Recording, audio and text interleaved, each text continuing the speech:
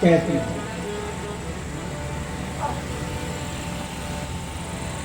कि भगवान की वंशी कितनी दिव्य है।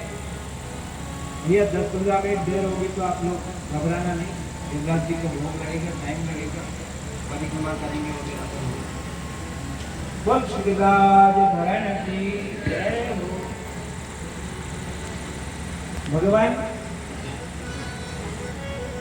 उस समय में कह रहे कि भगवान की जो वंशी है वो वंशी की महिमा है।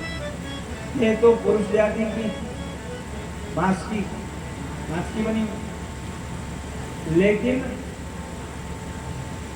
ये भगवान के अधर माधुरी का सेवन करती है, उसकी महिमा है। भगवान उसके बिना रहते नहीं, उसके बिना सोते नहीं, हर समय साथ में रखते, रात को सोते तब भी बात में रखते। भैया इसने बड़ा तप किया,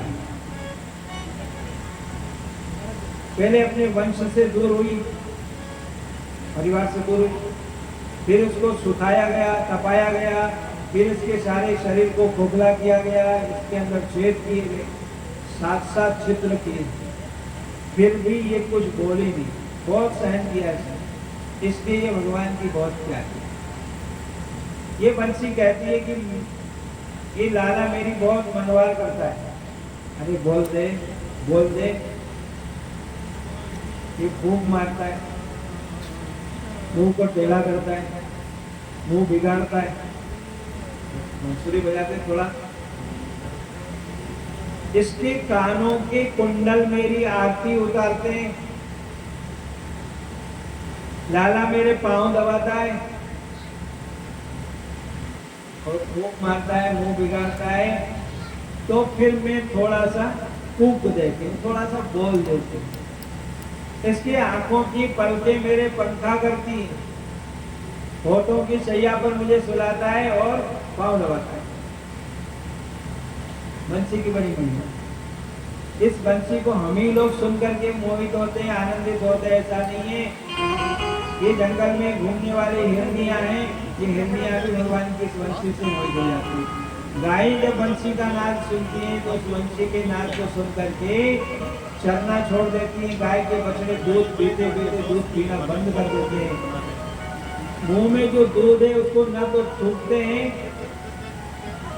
न अंदर उतारते हैं, वो वैसे के वैसे भगवान को देखते। भगवान जब गायों को बुलाते हैं तो उस समय में नदियां वो सब भी उनकी गति रुक जाती है, वो उल्टी बहने लगती है। फिर इन नदियों को मालूम पड़ता है कि अरे ये तो इनकी गाय का नाम है, आओ गंगा आओ यमुना बोलते हैं, तो ये नदियां भूल जाती चलने, पीछे चलने लगती। ऐसी ये बंसी वेणु नाद का उत्पन्न किया। उसके बाद भैया भगवान की चीर हरण लीला है। भगवान ने चीर हरण 7 वर्ष की अवस्था, बहुत छोटी अवस्था में भगवान ने चीर हरण किया। और गोपियों ने एक अनुष्ठान किया, मार्गशीर्ष महीना, मक्सर का जो महीना आता है उसमें उन्होंने एक व्रत किया कात्यायनी देवी का, और उस व्रत में एक मंत्र का जप करती है, कात्यायनी महामारी महायोगिनीश्वरी नंद गोप सुतम देवी पतिम में कुरुते नमः। इस मंत्र का जप करती थी। यमुना जी में प्रातः काल जल्दी उठ करके स्नान करना और स्नान करके बालू रेत की मूर्ति बनाना देवी की और पूजा करना, ये काम करना। लेकिन एक गलती हो रही, वो जो कपड़े पहन करके जाती थी वही कपड़े खोल करके रख देती, नग्न होकर के स्नान करती और नहाने के बाद फिर वापस वही बासी कपड़े में तो फिर पूजा कर लेती। तो भगवान ने कहा कि ये इस प्रकार की गलती कर रही है, इनका ये भोजन ये व्रत सफल नहीं होगा। इसलिए भगवान ने उनके वस्त्रों का हरण किया और उनको ज्ञान प्रदान किया, उनको समझाया कि इसका प्रायश्चित करना पड़ेगा। दोनों हाथ जोड़ करके सूर्य भगवान, क्योंकि नग्न होकर के स्नान करने से वरुण देवता का अपमान होता है। नग्न होकर के सोना नहीं और नग्न होकर के स्नान नहीं करना। कोई भी एक वस्त्र अपने शरीर पर होना चाहिए, शास्त्र कहते हैं। गोपियों को प्रायश्चित कराया, भगवान से उन्होंने क्षमा याचना की और उसके बाद उनके वस्त्र उनको दे दिए। ये क्षीर लीला है। ठीक उसके बाद में